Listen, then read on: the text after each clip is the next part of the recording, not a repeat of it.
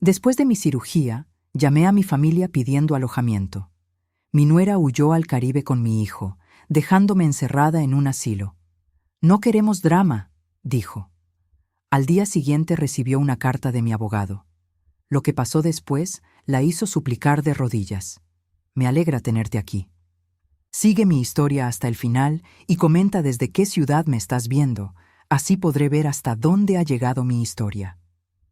El dolor en mi pecho no era solo de la cirugía, era algo mucho más profundo, algo que ningún bisturí podría reparar. Ahí estaba yo, Leonor Castillo, de 67 años, con tubos saliendo de mi cuerpo y el corazón literalmente remendado, marcando el número de mi único hijo por quinta vez en 2 días.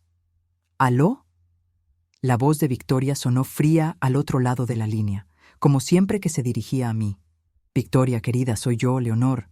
¿Está Jorge ahí? Necesito hablar con él sobre...». Mi voz se quebró ligeramente. Odié sonar tan vulnerable. «Jorge está ocupado». Su tono era cortante, sin una pizca de preocupación. «¿Qué necesitas?».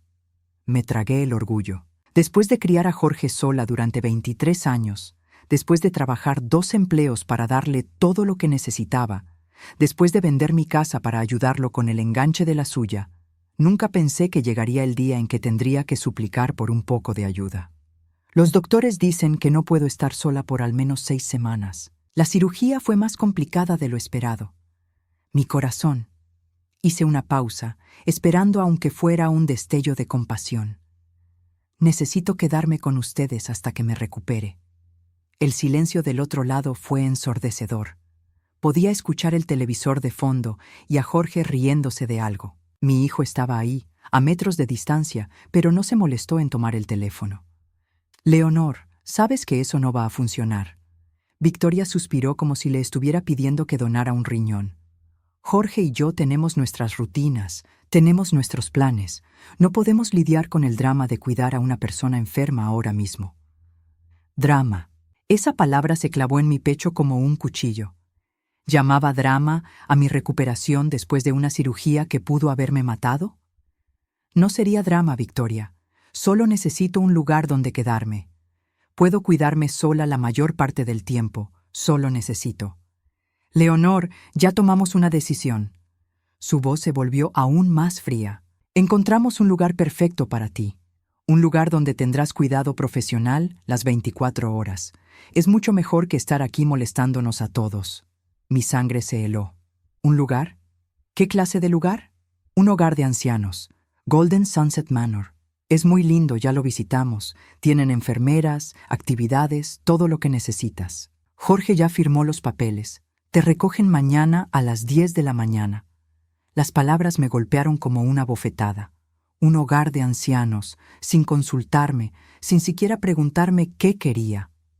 Jorge, mi Jorge, el niño que solía acurrucarse conmigo durante las tormentas, había firmado papeles para internarme como si fuera un perro que ya no querían. ¿Jorge firmó qué? Mi voz salió como un susurro estrangulado. Los papeles de admisión.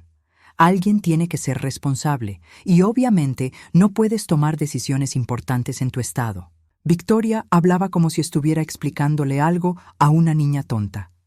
«Es por tu propio bien, Leonor. Allí estarás segura. Quiero hablar con Jorge, ahora. Te dije que está ocupado. Estamos empacando para nuestro viaje al Caribe. Nos vamos pasado mañana, 2 semanas en San Juan. Jorge necesita vacaciones después de todo este estrés». «Estrés. ¿Qué estrés? ¿El estrés de tener una madre que casi se murió en una mesa de operaciones? ¿El estrés de fingir que les importaba aunque fuera un poquito?» «Victoria, por favor. Soy su madre. He estado ahí para él toda su vida. Cuando su padre murió, trabajé día y noche para que no le faltara nada. Pagué su universidad, lo ayudé a comprar su casa, nunca le pedí nada a cambio. Solo necesito un poco de ayuda ahora».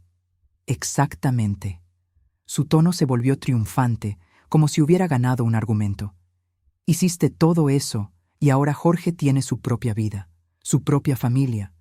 No puede estar cargando con responsabilidades del pasado. Responsabilidades del pasado. Eso era yo para ellos. Una responsabilidad molesta del pasado de Jorge». Dame a mi hijo, Victoria. Jorge no quiere hablar contigo ahora mismo. Está muy alterado por toda esta situación. Es mejor que te acostumbres a la idea del hogar de ancianos. Va a ser bueno para ti. Vas a hacer amigos de tu edad. La línea se cortó. Me quedé ahí, sosteniendo el teléfono contra mi oído, escuchando el tono demarcado como si fuera el sonido de mi corazón parándose otra vez. Al día siguiente, a las 10 en punto de la mañana, llegó una ambulancia a buscarme. No Jorge, no Victoria. Solo 2 paramédicos que me trataron con amabilidad profesional mientras empacaban mis pocas pertenencias en bolsas de plástico. Golden Sunset Manor resultó ser todo lo contrario de dorado. El edificio era gris, con pasillos que olían a desinfectante y tristeza. Mi habitación era una caja pequeña, con una cama angosta, un armario diminuto y una ventana que daba al estacionamiento. La enfermera que me recibió, una mujer corpulenta llamada Patricia, revisó mis papeles con expresión aburrida. «Veo que su familia ya se fue de viaje», dijo sin levantar la vista. «Qué conveniente para ellos. Conveniente». Esa palabra resonó en mi cabeza todo el día.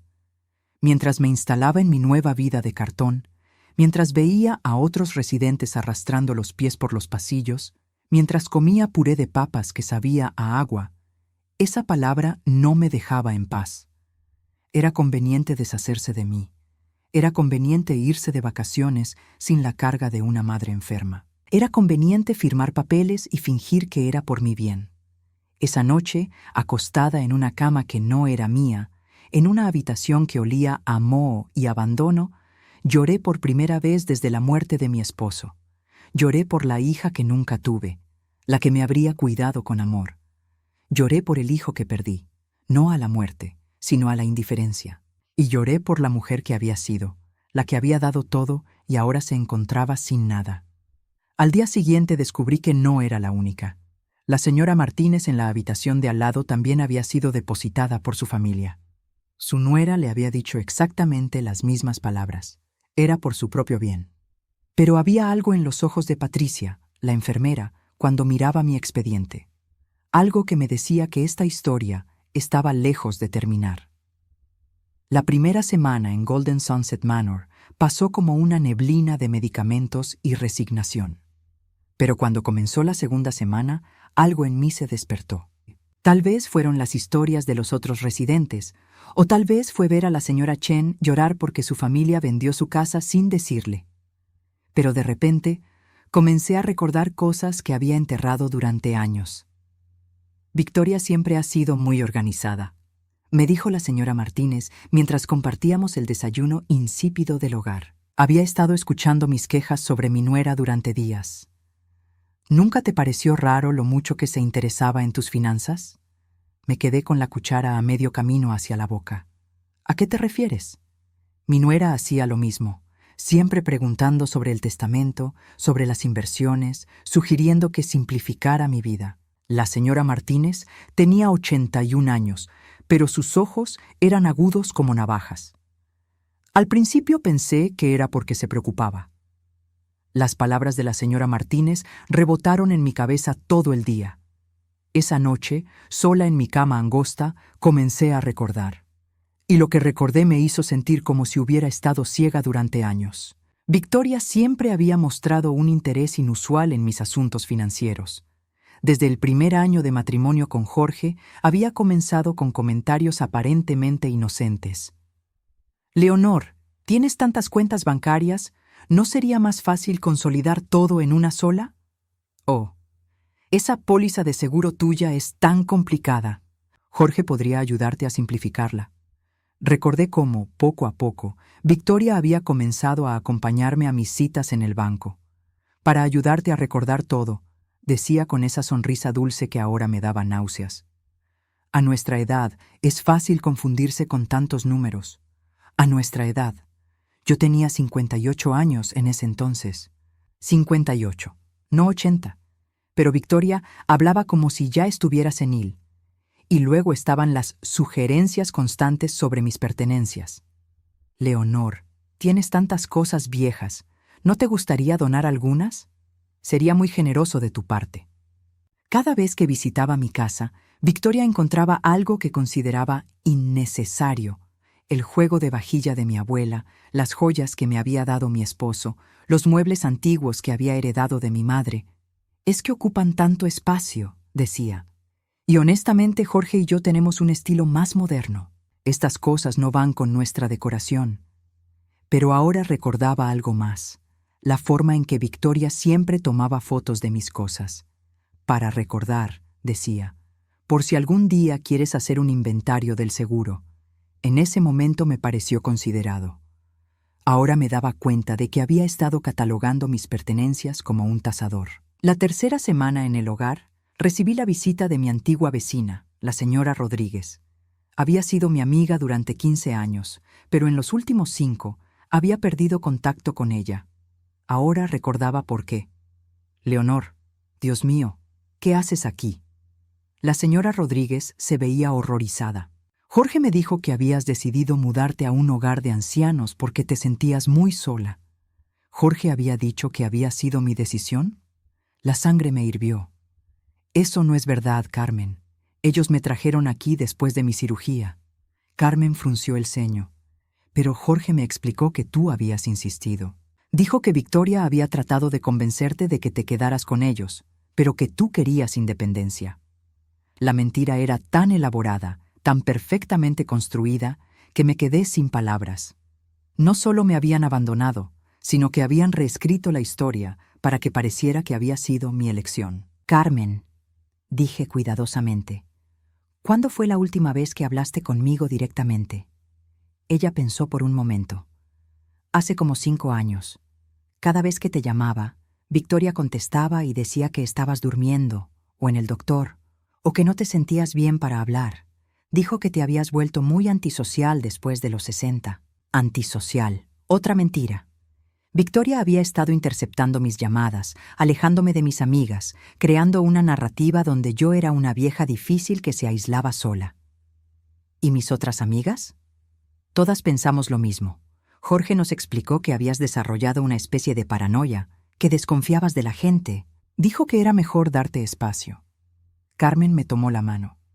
«Leonor, si hubiéramos sabido la verdad». Esa noche no pude dormir.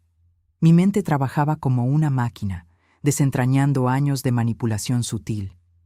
Victoria había sido como un cirujano, cortando cuidadosamente cada conexión que yo tenía con el mundo exterior. Mis amigas, mis vecinos, incluso algunos familiares lejanos, todos habían recibido explicaciones de por qué yo no podía hablar con ellos, por qué me había vuelto difícil, por qué era mejor mantener distancia. Y Jorge, mi hijo, había sido el instrumento perfecto para esta manipulación. Cada vez que yo mencionaba que extrañaba a mis amigas, él decía: «Mamá, Victoria dice que es mejor que te concentres en la familia. Los extraños solo traen problemas». Cuando intentaba hacer planes sociales, siempre había una razón por la cual Victoria necesitaba que me quedara en casa. «Jorge está muy estresado en el trabajo. Necesita que estés aquí para apoyarlo». «Oh, los doctores dijeron que no deberías cansarte tanto socializando». ¿Qué doctores? Nunca había tenido problemas de salud serios antes de la cirugía, pero Victoria siempre hablaba como si fuera frágil, como si necesitara protección constante. La 4ª semana, otro recuerdo me golpeó como un martillo. El año pasado, Victoria había insistido en que actualizara mi testamento. «Para que todo esté en orden», había dicho. «En caso de que algo te pase». Había sugerido un abogado específico, un amigo de un amigo. «Es mucho más barato que esos abogados caros del centro», había insistido, «y entiende las necesidades de las familias». El abogado había sido amable pero extrañamente enfocado en asegurar que Jorge fuera el único beneficiario de todo. «Es lo más simple», había explicado, «sin complicaciones para su hijo». Cuando mencioné que quería dejar algo para caridad, Victoria había fruncido el ceño. «Leonor, Jorge va a necesitar todo eso. Los tiempos están difíciles. Sería egoísta dar dinero a extraños cuando tu propio hijo podría necesitarlo». ¿Egoísta? ¿Dar a caridad era egoísta, pero abandonar a tu madre en un hogar de ancianos no? Mientras más recordaba, más claro se volvía el patrón. Victoria había pasado años construyendo una jaula invisible alrededor de mí, una jaula hecha de preocupación, de sugerencias útiles, de lo que es mejor para ti. Y yo había sido la cómplice perfecta. Había querido tanto ser una buena suegra, una madre que no interfería, que había permitido que Victoria tomara control de mi vida pedazo por pedazo. La quinta semana, la señora Martínez me trajo un periódico. «Pensé que querrías ver esto», dijo, señalando la sección de bienes raíces. Ahí estaba mi casa, la casa donde había criado a Jorge, donde había llorado por mi esposo, donde había construido todos mis recuerdos importantes. Estaba en venta. El precio era de $450,000. Victoria había puesto mi casa en venta sin decirme. El shock de ver mi casa en venta me dejó paralizada durante horas. Me quedé sentada en la sala común del hogar, sosteniendo el periódico con manos temblorosas, leyendo una y otra vez el anuncio como si las palabras fueran a cambiar mágicamente. Casa familiar de 3 habitaciones, completamente renovada, jardín maduro. Propietarios motivados, venta rápida. Propietarios motivados. Esas palabras me quemaron. Yo era la propietaria. Había pagado esa casa durante 30 años, cada mes sin falta, incluso cuando tenía que elegir entre la hipoteca y comprar comida decente. La señora Martínez se sentó a mi lado. «¿Quieres que llame a mi sobrino? Es abogado. Podría venir a hablar contigo». Asentí, incapaz de hablar. 2 días después, un hombre joven y serio llamado Roberto Martínez llegó al hogar. Se sentó frente a mí en la pequeña sala de visitas, con un maletín de cuero y una expresión que me hizo temer lo peor. «Señora Castillo, mi tía me contó su situación. Antes de que hablemos de la casa, necesito revisar algunos documentos legales con usted». Abrió su maletín y sacó una carpeta gruesa. ¿Alguna vez firmó un poder legal a favor de su hijo o su nuera? ¿Poder legal? Me quedé confundida. No estoy segura. Victoria me hizo firmar tantos papeles a lo largo de los años. Siempre decía que era para simplificar las cosas o para estar preparados en caso de emergencia. Roberto frunció el ceño. ¿Recuerda haber firmado algo en el hospital antes o después de su cirugía? De repente la memoria me golpeó como un rayo. Victoria había aparecido en mi habitación del hospital la noche antes de la cirugía con un montón de papeles. Solo cosas rutinarias, había dicho. Formularios del seguro, autorizaciones médicas. No te preocupes por leer todo, Leonor.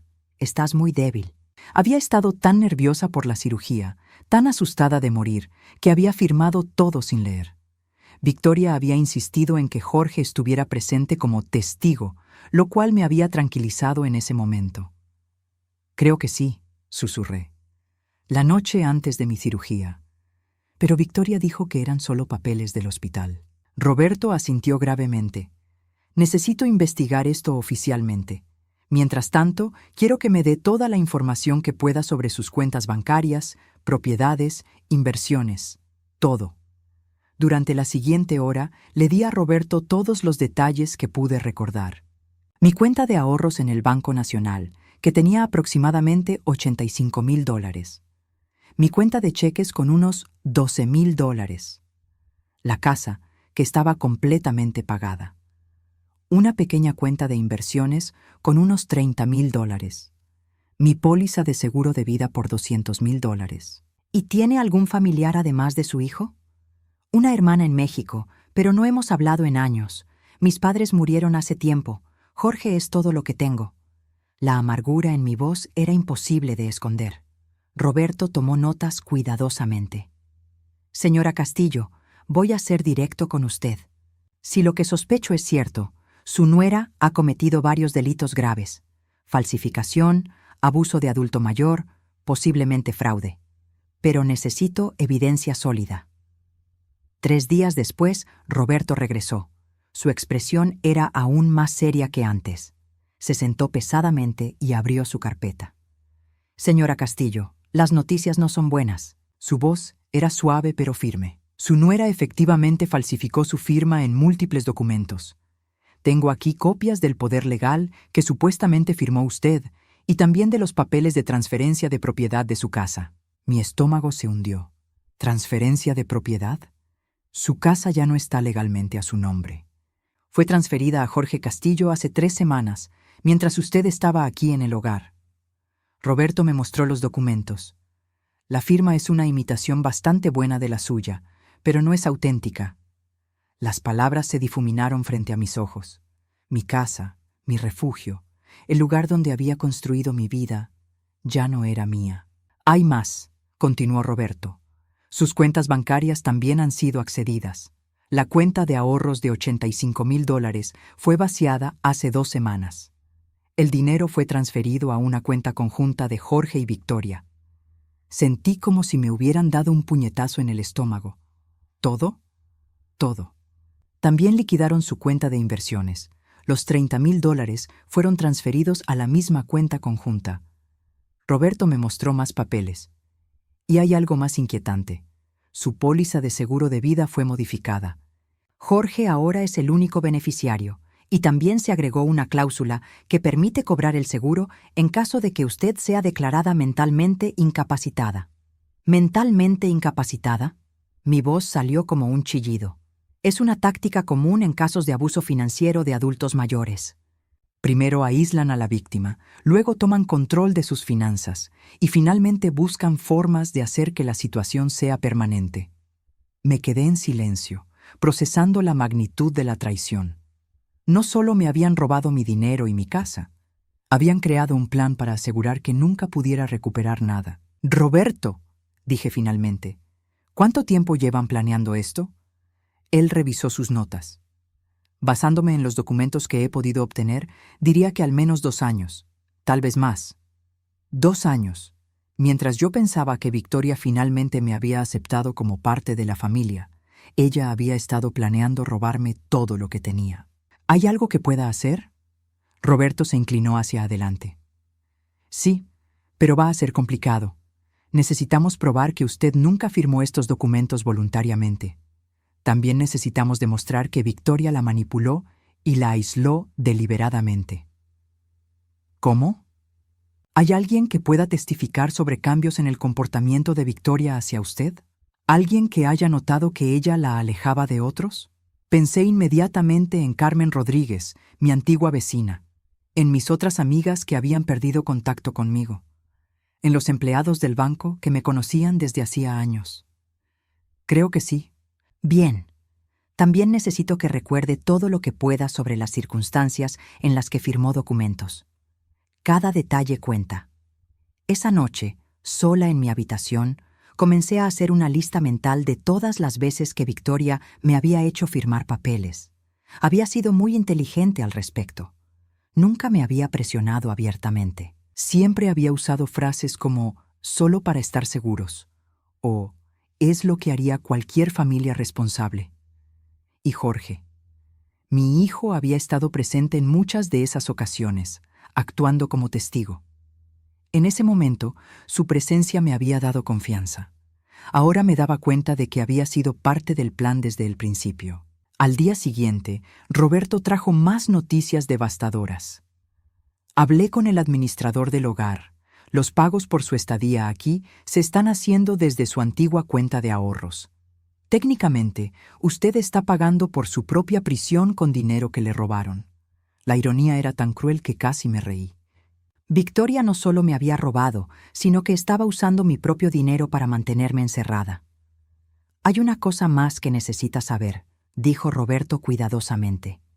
Hice algunas investigaciones sobre el historial crediticio de su hijo y su nuera. Tienen deudas significativas. Tarjetas de crédito, préstamos para el auto, una segunda hipoteca en su casa actual. Están en problemas financieros serios. De repente todo tuvo sentido.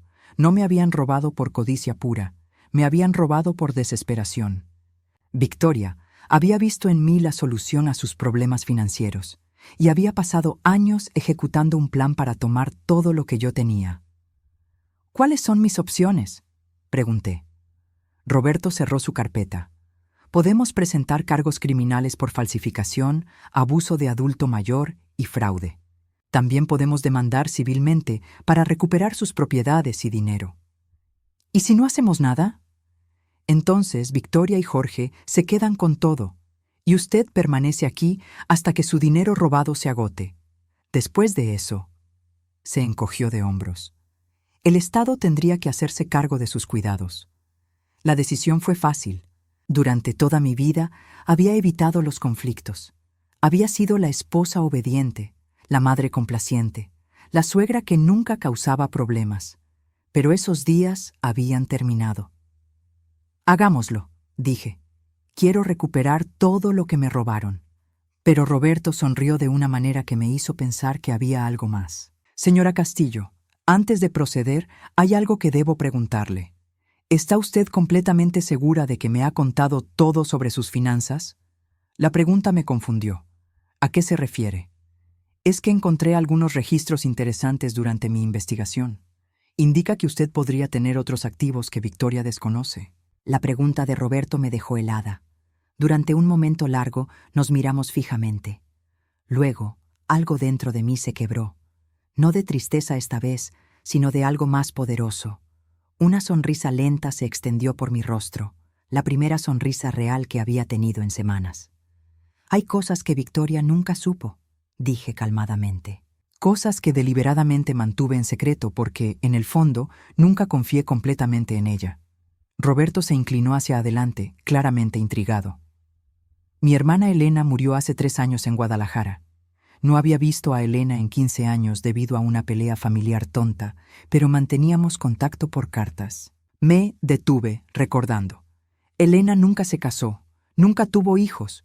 Cuando murió, me dejó todo. ¿Qué tipo de activos? Una casa en Guadalajara que vale aproximadamente $200,000. Una cuenta bancaria en México con unos $50,000. Y algo que Elena había estado coleccionando durante años. Joyas antiguas y arte mexicano. Roberto escribía furiosamente. ¿Victoria sabe algo de esto? Nada. Cuando llegaron los papeles del abogado mexicano, me aseguré de recibirlos en la oficina de correos, no en mi casa. Jorge sabía que Elena había muerto, pero nunca le mencioné la herencia. Me reí amargamente. Victoria siempre decía que mi familia mexicana eran parientes pobres. Nunca se molestó en preguntar sobre Elena. ¿Y hay más? Asentí. Mucho más. Tengo una cuenta de ahorros que abrí hace 20 años en un banco diferente, el First Community Bank. Victoria nunca supo de esa cuenta porque la abrí antes de que Jorge se casara. Ahí tengo unos $120,000. Roberto dejó de escribir y me miró fijamente. ¿120,000? Cada mes, durante 20 años, deposité una parte de mi pensión de viuda en esa cuenta. Era mi dinero por si acaso. Mi esposo siempre me decía que una mujer necesita tener dinero propio, dinero que nadie más conoce. Las palabras de mi difunto esposo resonaron en mi memoria. Él tenía razón. ¿Hay documentos de todo esto? En una caja de seguridad en el First Community Bank. También tengo ahí las joyas que me dejó mi madre, incluyendo un anillo de diamantes que vale al menos $15,000. Roberto se quedó en silencio por un momento, calculando. Señora Castillo, estamos hablando de activos por aproximadamente $400,000 que Victoria y Jorge desconocen completamente. Tal vez más. No he tasado las joyas de Elena recientemente, pero algunas piezas son muy valiosas. Elena tenía buen ojo para las antigüedades. ¿Por qué nunca le dijo nada a Jorge sobre esto? La pregunta me hizo reflexionar. Al principio, era solo precaución. Quería asegurarme de que Jorge me amara por quien era, no por lo que tenía. Después de que se casó con Victoria, comencé a notar pequeñas cosas. La forma en que ella siempre preguntaba sobre dinero, cómo calculaba mentalmente el valor de mis pertenencias. Algo me decía que debía mantener secretos algunos activos. Su instinto la salvó. Mi instinto y mi esposo muerto. Él solía decir que si una persona solo muestra interés en tu dinero, eventualmente encontrará una forma de tomarlo todo. Roberto cerró su libreta. Señora Castillo, esto cambia todo. No solo podemos recuperar lo que le robaron, sino que tenemos los recursos para llevar este caso hasta las últimas consecuencias. Durante los siguientes días, Roberto trabajó con una eficiencia que me impresionó. Primero, aseguró todos mis activos secretos, transfiriendo la cuenta mexicana a un banco estadounidense y consolidando todo bajo nuevas medidas de seguridad. También contraté a un investigador privado, me dijo durante su tercera visita. Necesitamos documentar completamente el patrón de abuso y manipulación de Victoria.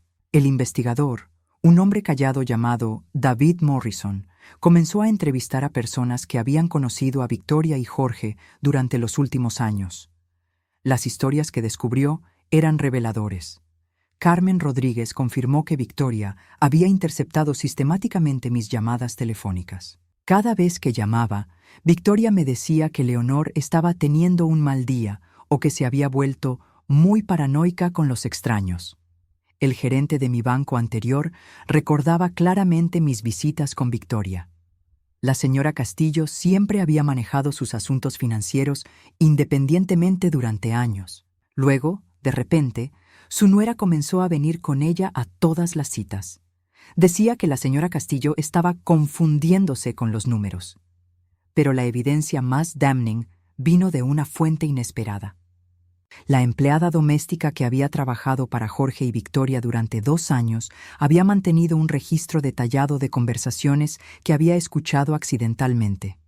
La señora Victoria siempre hablaba por teléfono sobre la situación de la vieja, testificó la empleada. Decía cosas como una vez que tengamos todo transferido o cuando finalmente esté fuera del camino. También escuché cuando planearon el viaje al Caribe.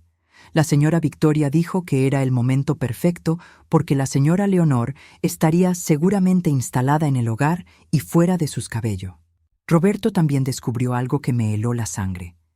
Victoria había estado investigando cómo declarar a alguien mentalmente incompetente.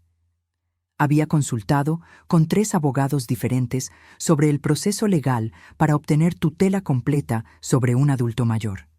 Está claro que este era solo el primer paso, me explicó Roberto. Una vez que tuvieran control de sus finanzas conocidas, habrían procedido a tener usted declarada incompetente.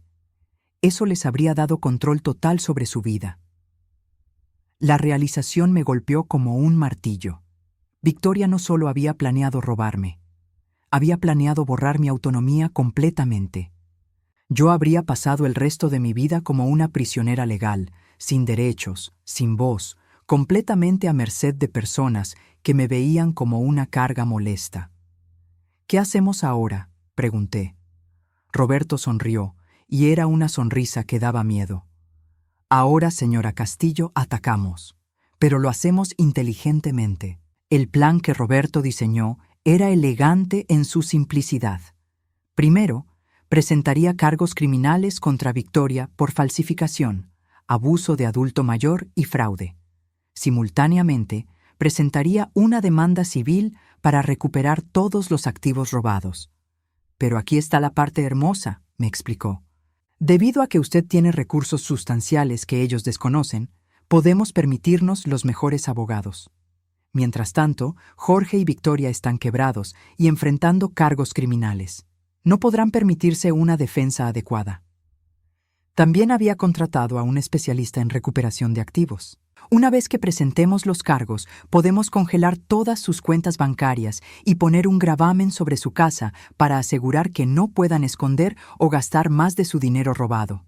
¿Y el viaje al Caribe? Roberto consultó su calendario. Regresan en 3 días. Los cargos se presentarán mañana. Cuando aterricen en el aeropuerto, van a recibir una sorpresa muy desagradable. Esa noche, por primera vez desde que llegué al hogar, dormí profundamente. No era solo alivio lo que sentía, era algo más poderoso, anticipación. Durante años había sido la víctima silenciosa, la madre que nunca se quejaba, la suegra que nunca causaba problemas, la mujer que siempre ponía las necesidades de otros antes que las suyas. Pero esa mujer había muerto en la mesa de operaciones. La mujer que había despertado era diferente, más fuerte, más inteligente y definitivamente más peligrosa. Victoria había cometido un error fatal. Había subestimado completamente a su víctima. Había asumido que yo era una vieja indefensa sin recursos ni opciones. Estaba a punto de descubrir qué tan equivocada estaba. Al día siguiente, Roberto llegó temprano con una sonrisa triunfante. Los papeles han sido presentados. Los cargos criminales están en el sistema. La demanda civil se presentó esta mañana, y hay una orden de congelación de activos esperándolos. ¿Cuánto tiempo crees que tome? Con la evidencia que tenemos, no mucho tiempo.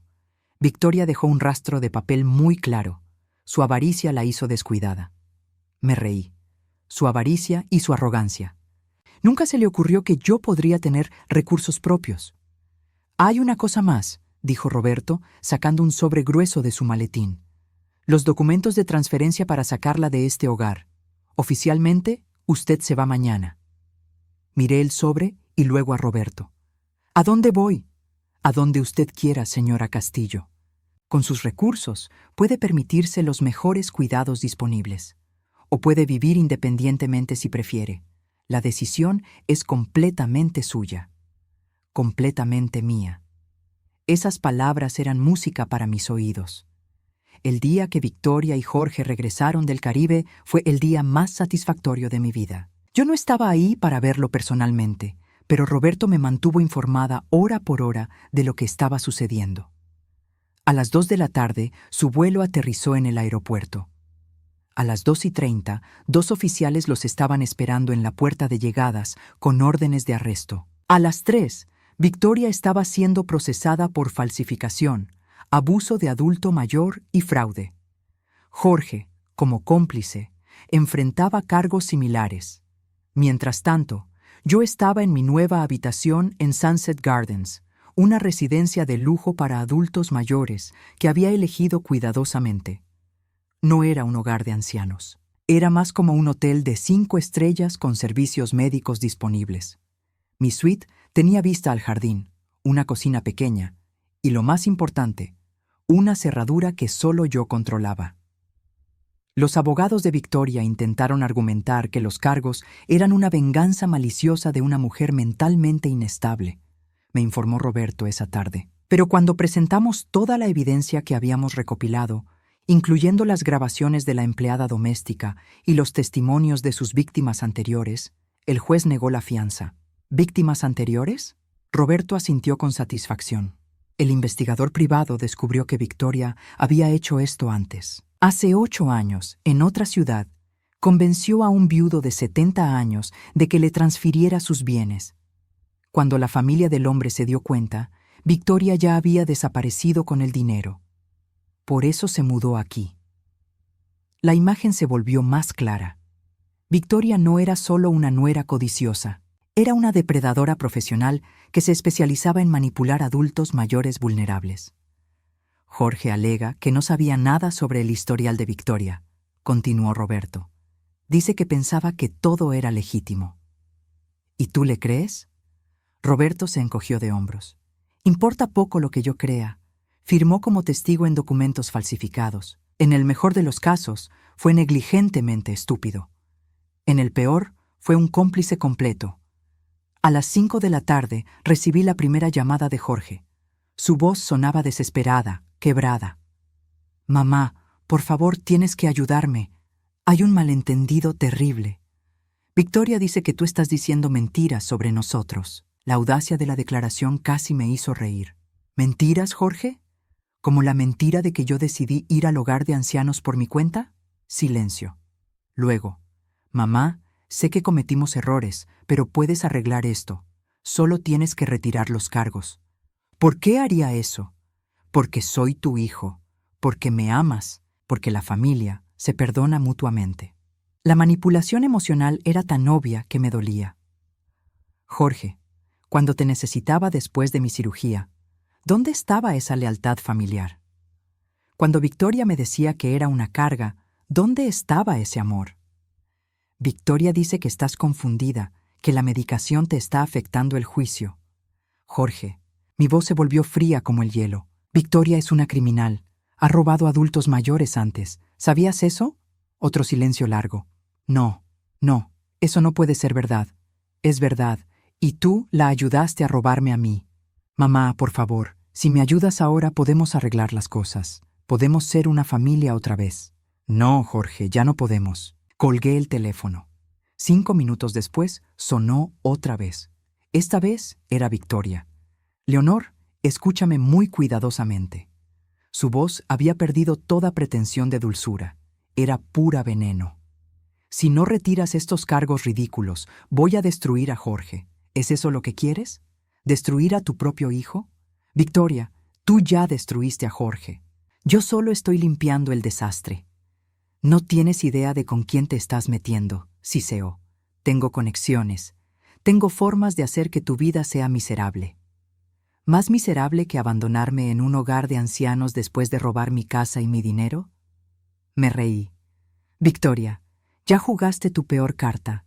No te queda nada. Soy la esposa de tu hijo. Soy parte de tu familia. No, dije calmadamente. Eres una criminal que manipuló a mi hijo, y ahora vas a pagar las consecuencias. La línea se cortó. Media hora después, Roberto me llamó. Victoria acaba de despedir a su abogado público y contrató a un bufete privado, me informó. Aparentemente, pidió prestado dinero contra la casa de Jorge para pagar los honorarios legales. ¿Puede hacer eso? Técnicamente sí, si Jorge firmó los papeles, pero es una mala decisión financiera. Están gastando dinero que no tienen en una defensa que probablemente no tendrá éxito. Al día siguiente, las cosas se pusieron más interesantes. El investigador privado había estado monitoreando las actividades de Victoria y Jorge, y descubrió algo fascinante. Victoria ha estado contactando a sus antiguos cómplices, me explicó Roberto. Aparentemente, tiene una red de personas que la han ayudado con estafas anteriores. Está tratando de coordinar una estrategia para culpar a otros. ¿Qué significa eso para nosotros? Significa que está entrando en pánico. Y cuando los criminales entran en pánico, cometen errores. El error llegó 2 días después. Victoria, en un acto de desesperación absoluta, intentó contactar a mis antiguas amigas para convencerlas de que testificaran sobre mi supuesta deterioro mental. Pero había un problema. Todas mis amigas ya habían sido entrevistadas por nuestro equipo legal. Carmen Rodríguez me llamó directamente. Leonor, no vas a creer lo que acaba de pasar.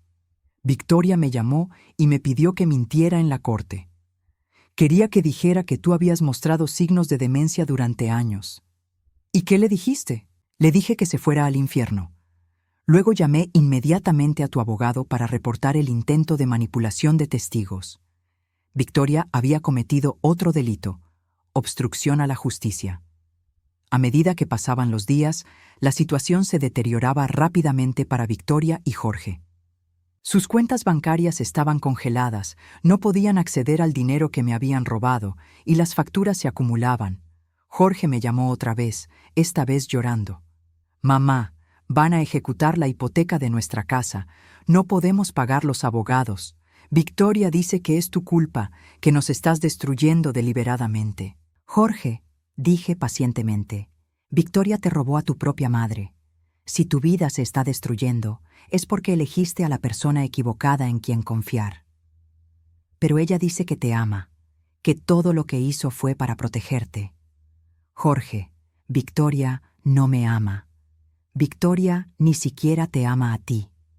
Victoria ama el dinero y vio en nosotros una oportunidad de conseguir más. No puedo creer eso. Entonces eres más tonto de lo que pensé. Las palabras salieron más duras de lo que pretendía, pero eran verdad. Jorge había elegido creer las mentiras de Victoria sobre la evidencia de sus propios ojos. Una semana después, Roberto me trajo noticias que me llenaron de satisfacción. Victoria aceptó un acuerdo con la fiscalía, me informó. Se declarará culpable de los cargos de fraude a cambio de una sentencia reducida. 3 años de prisión, 5 años de libertad condicional y restitución completa. ¿Y Jorge? Su caso es más complicado. Su nuevo abogado está argumentando que fue manipulado por Victoria, que no entendía completamente lo que estaba afirmando. ¿Tú qué piensas? Roberto se encogió de hombros. Creo que Jorge es un hombre débil que tomó decisiones terribles, pero también creo que Victoria es la verdadera criminal aquí. ¿Cuánto tiempo le darían? Probablemente libertad condicional y servicio comunitario, si acepta testificar contra Victoria y paga la restitución completa. Esa noche, sola en mi hermosa suite nueva, reflexioné sobre todo lo que había pasado. 6 semanas antes, era una mujer quebrada, abandonada en un hogar de ancianos por las únicas personas en las que confiaba. Ahora, Victoria estaba camino a la prisión. Jorge estaba enfrentando las consecuencias de sus acciones, y yo tenía control completo de mi vida otra vez. Pero lo más importante era cómo me sentía. No sentía tristeza por Jorge, no sentía culpa por Victoria. Sentía algo que no había experimentado en años: paz. La mujer que había permitido que otros controlaran su vida había muerto en esa mesa de operaciones. La mujer que había emergido era alguien que sabía su valor y no permitiría que nadie se lo quitara otra vez. 6 meses después del arresto de Victoria, mi vida había cambiado completamente. Estaba sentada en la terraza de mi nuevo hogar, una casa modesta pero elegante que había comprado en un barrio tranquilo, tomando café y leyendo el periódico matutino. Era una mañana perfecta de primavera, y por primera vez en años me sentía completamente en paz. La casa no era tan grande como la que Victoria me había robado, pero era mía. Cada mueble, cada cuadro, cada planta había sido elegida por mí. No había nadie dictándome cómo debía vivir, qué debía comprar o con quién debía hablar. Roberto había hecho un trabajo excepcional.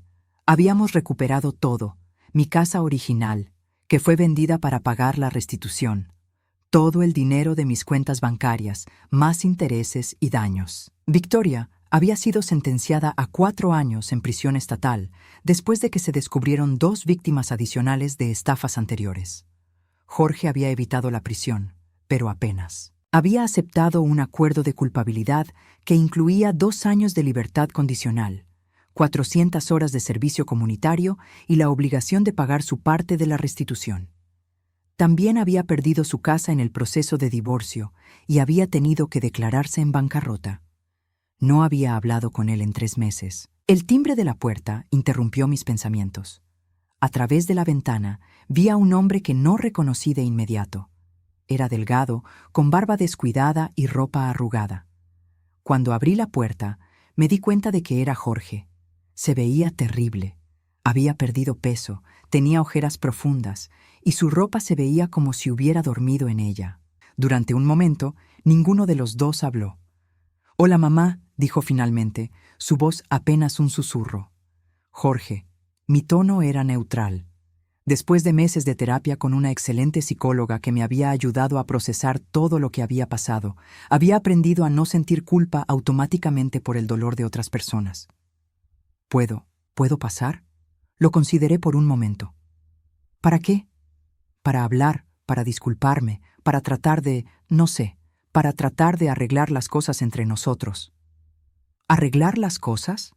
Repetí sus palabras cuidadosamente.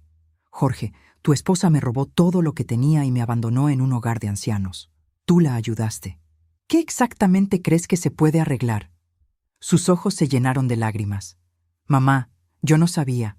Te juro que no sabía sobre las otras víctimas, sobre su pasado. Pensé que realmente estaba tratando de ayudarte. ¿Ayudarme robándome mi casa? Ella me dijo que estabas enferma, que te estabas volviendo paranoica, que era peligroso dejarte manejar tus propias finanzas. Las palabras salían atropelladamente. Dijo que el hogar de ancianos era temporal, solo hasta que te sintieras mejor. Lo miré durante un largo momento. Había algo patético en verlo ahí parado, buscando desesperadamente mi perdón. Pero también había algo liberador en darme cuenta de que ya no me importaba tanto como antes. Jorge, incluso si creías eso, ¿por qué nunca me preguntaste directamente? ¿Por qué nunca cuestionaste por qué de repente no podía hablar con mis amigas? ¿Por qué nunca te pareció raro que Victoria siempre tuviera una explicación para todo? Él bajó la cabeza. ¿Por qué? Porque era más fácil creerle a ella, porque no quería lidiar con problemas complicados, porque era egoísta. Al menos era honesto. Sí, eras egoísta. ¿Hay alguna forma de que puedas perdonarme? ¿Alguna forma de que podamos reconstruir nuestra relación? La pregunta que había estado esperando. La pregunta para la cual había estado preparando mi respuesta durante meses. Jorge, siéntate en el porche. Vamos a tener una conversación. Nos sentamos en las sillas de mimbre que había comprado la semana anterior. Jorge se veía nervioso, esperanzado. Yo me sentía extrañamente calmada. Durante toda tu vida, comencé, te di todo lo que pude. Trabajé 2 empleos para pagarte la universidad. Te ayudé con el enganche de tu casa. Nunca te pedí nada a cambio porque pensé que eso era lo que hacían las madres. Pero cuando realmente te necesité, cuando estaba vulnerable y asustada después de una cirugía que pudo haberme matado, me abandonaste. Mamá, no he terminado. Mi voz era firme pero no cruel. No solo me abandonaste, permitiste que tu esposa me robara, me mintiera, me aislara de mis amigos y me tratara como si fuera un estorbo. Y cuando finalmente descubrí la verdad y busqué justicia, tu primera reacción fue pedirme que protegiera a la mujer que me había destruido. Jorge estaba llorando ahora, pero yo continué. Así que para responder tu pregunta, no creo que podamos reconstruir la relación que teníamos antes. Esa relación estaba basada en que yo daba y tú tomabas. Estaba basada en que yo siempre perdonaba y tú nunca tenías que enfrentar consecuencias reales. Entonces, ¿eso es todo? ¿Ya no somos familia? Jorge, sigues siendo mi hijo. Siempre lo serás. Pero ya no soy la madre que era antes. Ya no soy la mujer que sacrifica su propia felicidad para evitar que otros se sientan incómodos. Me levanté y fui adentro por un momento. Regresé con un sobre. Este es un cheque por $5,000, le dije. Sé que estás pasando por dificultades financieras. Considera esto mi última contribución a tu bienestar como madre. Jorge miró el sobre con sorpresa. Mamá, yo no puedo. Sí puedes, pero hay condiciones. Saqué una hoja de papel de mi bolsillo. Estas son mis condiciones para cualquier relación futura que podamos tener. Leyó las condiciones en voz alta, su voz quebrándose. Número 1. No más mentiras. Si me preguntas algo, espero la verdad completa. Número 2. No más manipulación emocional. No usarás nuestra relación familiar para conseguir cosas de mí. Número 3. Respeto por mis decisiones. No cuestionarás cómo elijo vivir mi vida o gastar mi dinero. Número 4. Responsabilidad personal. No esperarás que rescate las consecuencias de tus malas decisiones. Número 5. Contacto limitado. Puedes llamarme una vez al mes. Puedes visitarme si haces cita previa. Cuando terminó de leer, me miró con una expresión que no pude descifrar. ¿Y si acepto estas condiciones? Entonces podremos intentar construir una nueva relación. Una relación de adultos basada en respeto mutuo, no en obligaciones familiares. ¿Y si no las acepto? Entonces, esta es la última vez que nos vemos.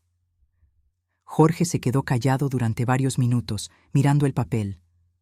Finalmente, lo dobló cuidadosamente y se lo guardó en el bolsillo. Acepto, dijo. No me gusta, pero acepto. No se trata de que te guste, Jorge, se trata de que entiendas que las relaciones requieren trabajo de ambas partes. Se levantó para irse, luego se detuvo. Mamá, ¿alguna vez vas a perdonarme realmente? La pregunta me sorprendió por su simplicidad. Jorge, ya te perdoné, pero perdonar no significa olvidar, y no significa que las cosas vuelvan a ser como antes. Significa que ya no cargo con rabia hacia ti. Significa que te deseo bien, pero también significa que ya no voy a permitir que lastimes mi vida. Después de que se fue, me quedé sentada en el porche durante 1 hora, procesando la conversación. No me sentía triste ni aliviada. Me sentía libre. Esa tarde, mi amiga Carmen Rodríguez vino a visitarme. Habíamos restablecido nuestra amistad y ahora nos veíamos regularmente. ¿Cómo te sientes después de ver a Jorge?, me preguntó mientras tomábamos té en la cocina. Extrañamente bien, admití. Por primera vez siento que tengo control de la situación. ¿Crees que cumplirá con tus condiciones? Honestamente, no lo sé. Y esa es la parte hermosa, ya no me importa tanto. Si lo hace, tendremos una oportunidad de construir algo nuevo. Si no lo hace, mi vida seguirá siendo maravillosa sin él. Carmen sonrió. Me encanta esta nueva versión de ti, Leonor. Es más fuerte. No es que sea más fuerte, reflexioné. Es que finalmente entiendo mi propio valor. Entiendo que merezco respeto, que merezco ser tratada con dignidad y que no tengo que aceptar menos solo porque alguien comparte mi sangre. Esa noche, mientras me preparaba para dormir en mi propia cama, en mi propia casa, con mi propia vida finalmente bajo mi control, me di cuenta de algo importante. Victoria había intentado destruirme, pero en realidad me había liberado. Al robarme todo lo que pensaba que tenía, me había forzado a descubrir lo que realmente tenía: fortaleza, inteligencia, recursos y la capacidad de construir una vida nueva desde cero. Jorge había intentado mantenerme en el papel de madre sacrificada, pero al traicionarme tan completamente, me había liberado de esa obligación. A los 67 años, finalmente había aprendido la lección más importante de mi vida: que merecía ser feliz, que merecía respeto y que tenía el poder de crear la vida que quería. Y por primera vez en décadas, esa vida era completamente mía.